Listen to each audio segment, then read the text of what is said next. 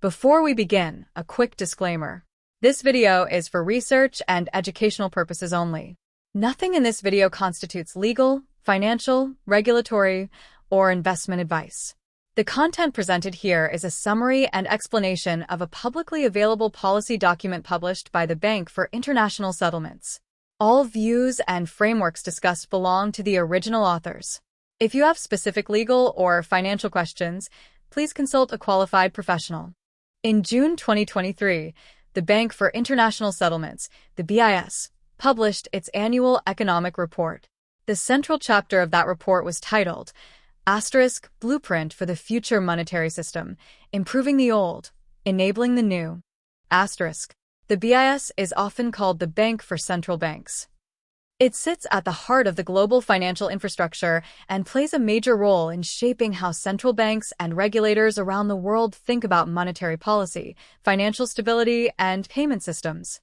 When the BIS publishes a blueprint for the future of money, it's worth paying close attention. So, what is this blueprint actually about? In short, it's about tokenization and how putting money and assets onto programmable platforms could fundamentally transform the way we pay, settle, and transfer value. The document lays out both the promise of this transformation and the architecture it would require to work properly. Let's break it down.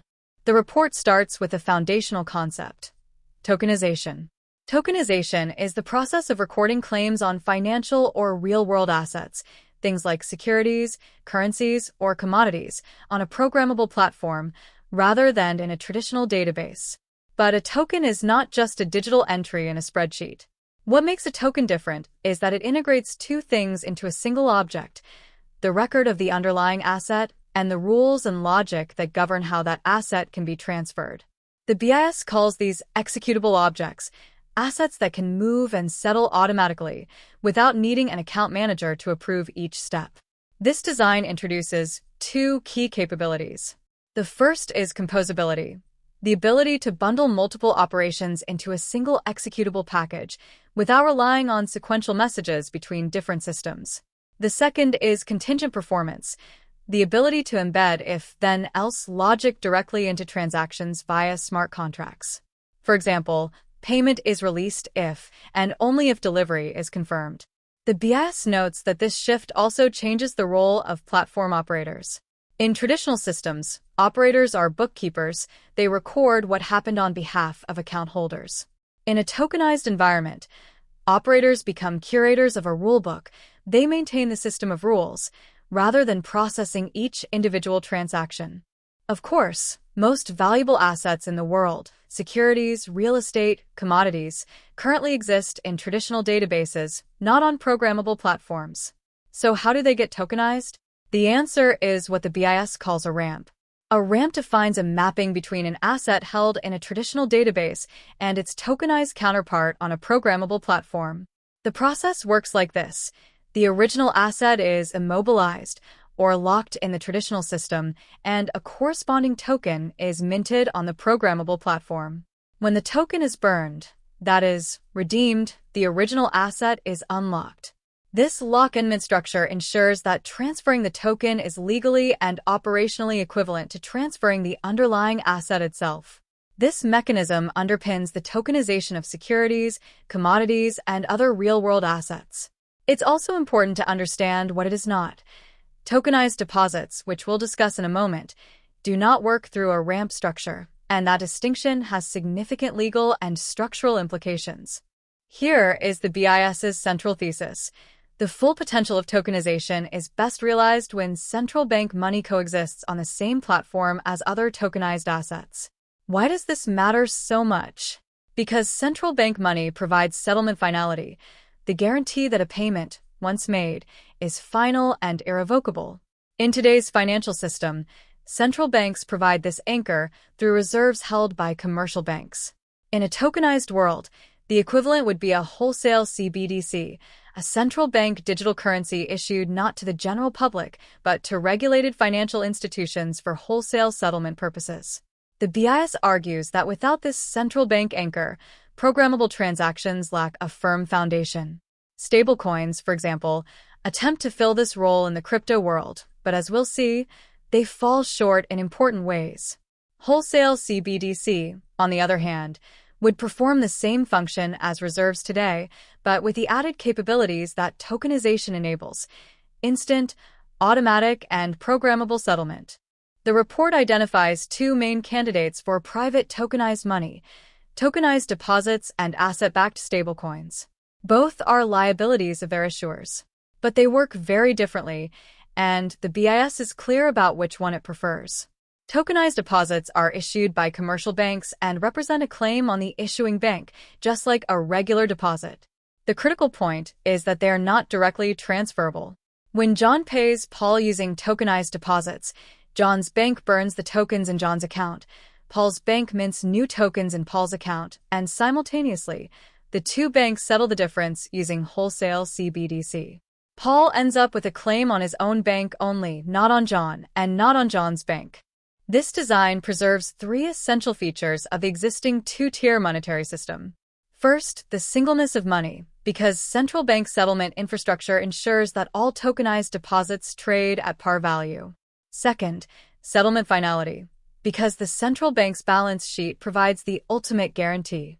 Third, elastic credit provision, because banks can continue to create money through lending, as they do today. Stablecoins, by contrast, behave more like digital bearer instruments. When John pays Paul one stablecoin, John's claim on the stablecoin issuer is literally transferred to Paul. No central bank settlement occurs. No identity check on Paul is required by the issuer. This creates three structural problems. First, because stablecoins are tradable, their prices can deviate from par. We've seen this in multiple high-profile depegging episodes, especially absent oversight regulations. Second, stablecoin issuers must back each issued unit with safe and liquid assets, which means they effectively operate like narrow banks, reducing the overall supply of assets available for other uses in the economy. Third, stablecoins create compliance gaps. When a stablecoin is transferred between holders, the issuer might not perform KYC, AML, or CFT checks on the new holder without regulatory oversight. The BIS conclusion is that tokenized deposits settled in wholesale CBDC are far better suited to serve as the private money component of a tokenized monetary system. Now we arrive at the centerpiece of the BIS blueprint, the unified ledger. A unified ledger is a programmable platform on which central bank digital currencies, private tokenized monies, like tokenized deposits, and other tokenized assets such as securities and commodities, all coexist. The BIS is careful to note that this does not mean a single global ledger ruling all systems.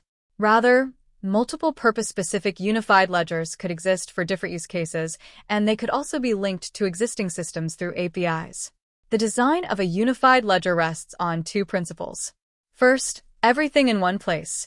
All the components needed to complete a transaction exist on the same platform, so there is no need for sequential messages between siloed databases. Second, executable objects. Money and assets can be transferred securely and automatically, without depending on external authentication systems or messaging networks. Structurally, the unified ledger consists of three components: a data environment, which holds transaction information and can incorporate real-world data via oracles, including IoT signals; an execution environment, where smart contracts and user-initiated transactions are carried out; and a governance framework, which sets the rules, standards, and privacy requirements for how everything interacts.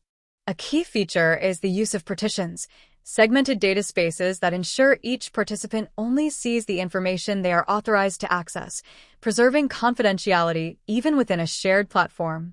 The BIS identifies several concrete use cases that a unified ledger would make possible. Atomic settlement. In today's payment systems, a transaction like an international wire transfer can involve up to 12 sequential message exchanges between banks and settlement institutions. In a unified ledger, this entire process is replaced by atomic settlement, two assets exchanged simultaneously, such that the transfer of one occurs only upon transfer of the other. No sequential messages. No counterparty risk in the interim. Securities settlement, delivery versus payment, DvP. Current securities settlement involves brokers, custodians, central securities depositories, clearing houses, and registrars, each requiring its own messages and reconciliation steps. By bringing tokenized money and securities onto a single programmable platform, the simultaneous execution of delivery and payment legs becomes possible, reducing both cost and settlement risk substantially. FX settlement, payment versus payment, PvP. In the multi-trillion-dollar FX market, parties face settlement risk during the gap between trading and final settlement, which can be up to 2 days.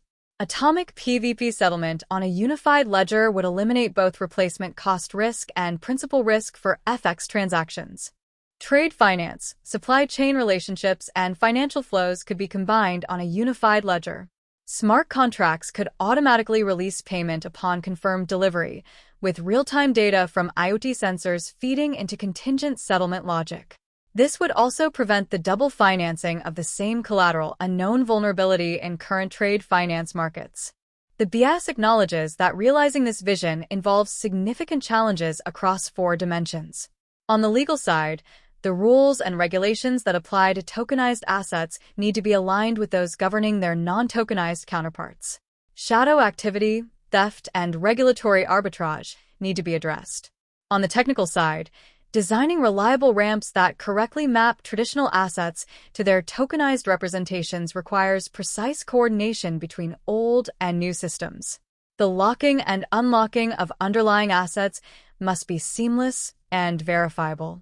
On the governance side, as the scope of any unified ledger expands, especially to cross-border contexts, the governance requirements grow substantially.